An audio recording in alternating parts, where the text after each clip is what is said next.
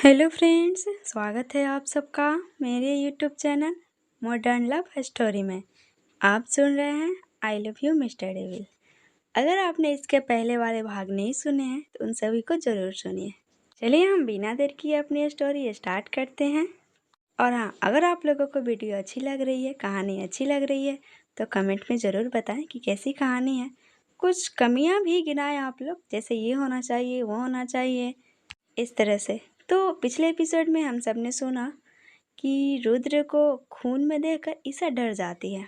रुद्र उसे दूसरे कमरे में लेकर जाता है और दोनों वहीं सो जाते हैं। अब आगे। सुबह जैसे ही रुद्र की नींद खुली, उसके सामने ईसा का खिला हुआ क्यूट सा चेहरा आ गया। ईसा का सर रुद्र के बाजू पर था। उसने अपना एक हाथ रुद्र के पीठ पर रखा हुआ था तथा अपना एक पैर रुद्र के कमर से लपेट रखा था। वो छोटे बच्चे की तरह लिपट कर रुद्र से सो रही थी। उसका कुछ बाल उसके चेहरे पर था तो कुछ रुद्र के सीने पर और उसके चेहरे पर था। रुद्र ने उसे अपनी बाहों से कमर में थामा हुआ था। वो इस वक्त ईसा के चेहरे को स्कैन कर रहा था। पतली लंबी पलकें, हार्ट शेप होंठ, जिससे मानो अभी गुलाब की लाली टपक पड़ेगी, होठों के किनारे तिल। रुद्र से जब बर्दाश्त नहीं हुआ तो उसने इस तिल को अपने होठों से हल्के से छू लिया। अभी आकाश में सूरज नहीं निकला था। फिर उसने उसके माथे को चूमा। रुद्र की गर्म सांसें ईसा के गर्दन पर पड़ रही थी। रुद्र की छुअन को अपने माथे पर महसूस करके वो कसमसाने लगी। तभी रुद्र ने झट से अपनी आंखें बंद कर ली। चाहे गलती भले ही ईसा की ही क्यों न हो, जगने के बाद वो रुद्र पर ही चिल्लाएगी। इस वक्त भले ही उसी ने रुद्र को जकड़ रखा था, लेकिन रुद्र उसकी हरकतों से भली भांति वाकिफ था। ईसा के आंख जैसे ही खुली, उसने देखा रुद्र बिल्कुल सीधा सोया है और वो लगभग रुद्र के ऊपर आधी चढ़ी हुई है। यह देखकर तो उसके मुंह खुला के खुला रह गए। ही माता रानी, ये डेविल यहीं सो गया, उसने मन ही मन कहा और अपना लार निगलते हुए जल्दी से रुद्र से अलग हुई। लेकिन ईसा का कुछ बाल रुद्र के बाजू तले दबा था और वो खींच गया। आ! उसके मुंह से हल्की सी चीख निकल गई और वो दोबारा रुद्र के ऊपर गिर गई। उसने अपना पैर रुद्र के पैर पर से हटाना चाहा, लेकिन उसके कमर में तेज दर्द हुआ और वो वैसे ही रुद्र पर पड़ी रही। रुद्र ईसा के सांसों को अपने खुले सीने पर महसूस कर रहा था। उस समय उसके बाथरोब के सभी नट खुल चुके थे और उसका सीने के साथ साथ उसके एब्स भी साफ दिखाई दे रहे थे। ईसा ध्यान से उसकी बॉडी का निरीक्षण करने लगी। वो रुद्र पर से चाह कर भी अपने नजरें नहीं हटा पा रही थी। रुद्र जो कि सोने की एक्टिंग कर रहा था, ऐसे अपने आप को स्कैन करते देख वो थोड़ा सा अनकंफर्टेबल होने लगा और उसने अपनी आंखें खोल दी और ईसा को घूर कर देखने लगा। बाल दबे होने की वजह से ईसा उस जगह से हिल भी नहीं पा रही थी। इस वक्त उसका चेहरा रुद्र के चेहरे के बिल्कुल करीब था। रुद्र को जगह देख ईसा घबरा गई। वो मैं नहीं, मेरा बाल। इतना कहते कहते ईशा रुक गई, क्योंकि रुद्र ने उसकी बात बीच में ही काट दिया था। तुम मेरे सोने का फायदा उठा रही थी? नहीं नहीं नहीं, कहते हुए ईसा ने जोर से अपना सर ना में हिलाया। रुद्र उसे आंखें छोटी करके देखने लगा। ईसा का तो मारे शर्म से बुरा हाल हो रहा था। उसके गाल टमाटर की तरह लाल हो गए थे। अब तुम ये भी कहोगी, थोड़ी देर पहले तुम मुझे खुले सीने और एब्स को देख भी नहीं रही थी? ईसा के तो दिल मानो उछलकर सीने से बाहर आ जाएगा। उसने अपने गले को अपने सलाइवर से दोबारा तर किया और हकलाते हुए बोली, वो मेरा बाल आपके हाथ के नीचे दब गया है। रुद्र ने एक नज़र ईशा को देखा, फिर उसके पैरों को, जो अब भी रुद्र के पैर पर था। ईसा ने जब रुद्र के नज़रों का पीछा किया तो उसे समझ में आ गया और उसने झट से अपना पैर रुद्र के ऊपर से हटाना चाहा, लेकिन तेज दर्द हुआ। फिर भी उसने कोशिश करने के बाद अपना पैर रुद्र के ऊपर से हटा ही लिया। फिर रुद्र ने ईसा के हाथ को जोर से झटका, उसे अपने सीने पर से हटा दिया और पलटकर ईसा के ऊपर आ गया। इस वक्त रुद्र की धड़कनें भी बढ़ी हुई थी। दूर दूर रहिए मुझसे, दूर रहिए मुझसे। मुझे आपका छूना अच्छा नहीं लगता। आपके चेहरे से मुझे घिन आती है। क्यों? यही कहा था ना तुमने मुझे। और अब तुम खुद मेरे ऊपर चढ़कर सो रही हो। रुद्र अपनी भारी आवाज में ईशा की आंखों में देखते हुए बोला। ईशा की तो मानो जान ही निकल गई हो। उसने झट से अपनी आंखें बंद कर ली। अब उसे रोना आ रहा था, जो उसकी शक्ल पर साफ ही दिखाई दे रहा था। हालांकि रुद्र ईशा से काफी ऊपर था। उसकी बॉडी ईशा को छू भी नहीं रही थी। उसने अपना सारा भार अपने पैर के अंगूठे और अपने कोहनी पर जमाए हुए था। ईशा को ऐसे आंख बंद करते देख रुद्र को हंसी आ रही थी, लेकिन वो अपनी हंसी कंट्रोल किए हुए था। रुद्र अब ईशा को ज्यादा परेशान न करते हुए उसके ऊपर से हट गया और उसके माथे को किस कर दिया। गुड मॉर्निंग जान, कहते हुए कमरे से बाहर चला गया। ईशा अपनी आंख खोलकर देखी तो रुद्र चला गया था। वो जोर जोर से सांस लेने लगी और दोबारा फिर से सो गई। रुद्र अपने जिम रूम में पहुंचकर रोनी को फोन लगाता है। रोनी अपने फ्लैट पर सोफे पर सो रहा था। जैसे ही उसके मोबाइल की घंटी बजी, वो धड़ाम से सोफे से नीचे गिर गया। अपने लंबे चौड़े शरीर को किसी तरह सोफे पर एडजस्ट करके रात को वो प्रथा को देखते देखते पता नहीं कब सो गया था, क्योंकि उसके सामने ही प्रथा उसके बेड पर सो रही थी। उसके नीचे गिरने से उसकी भी आँख खुल गई। उसने अपनी धुंधली आंखों से रोनी को नीचे गिरे देखा तो जोर जोर से हंसने लगी। रोनी तो एक पल के लिए उसकी हंसी में खो गया। रुद्र का फोन बजकर कट चुका था और दोबारा से फिर बजने लगा। रोनी ने झट से फोन उठाया और बालकनी में चला गया। इस वक्त रोनी सिर्फ ट्राउजर में था। उसके बाइसेप्स डोले प्रथा के होश उड़ाए जा रहे थे।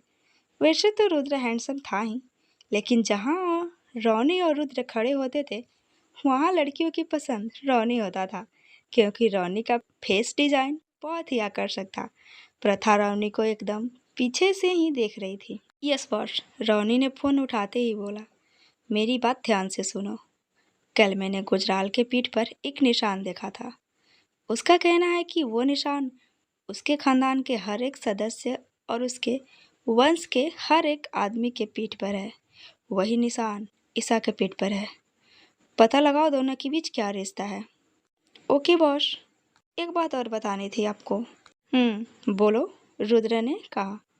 मिस्टर मल्होत्रा और मिसेज मल्होत्रा आपसे मिलना चाहते हैं, तो क्या अपॉइंटमेंट फिक्स कर दूं? इस वक्त तुम कहाँ हो? रुद्र ने रोने से उल्टा सवाल पूछ लिया। मैं अपने घर पर हूँ सर, उन्होंने खुद रिक्वेस्ट किया है। ओके देन, लेकिन 4 बजे से पहले और 2 बजे के बाद। ओके बॉस, कहते हुए रोनी ने फोन काट दिया। इधर रॉय हाउस में ललिता जल्दी जल्दी खाना बना रही थी।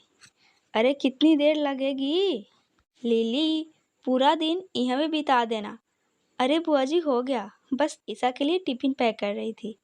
ललिता ने किचन में से ही आवाज़ दी। चलिए, कहते हुए ललिता किचन से बाहर आई। बाहर रजनीश प्रथा की गाड़ी लेकर खड़ा था। सभी गाड़ी में बैठ के और रूम मेंशन के लिए निकल गए। सुबह के 7 बज गए थे। रोनी अपना वर्कआउट खत्म कर प्रथा के पास पहुंचा। उसके हाथ में कॉफी के 2 जग थे। उसने एक प्रथा की तरफ बढ़ा दिया।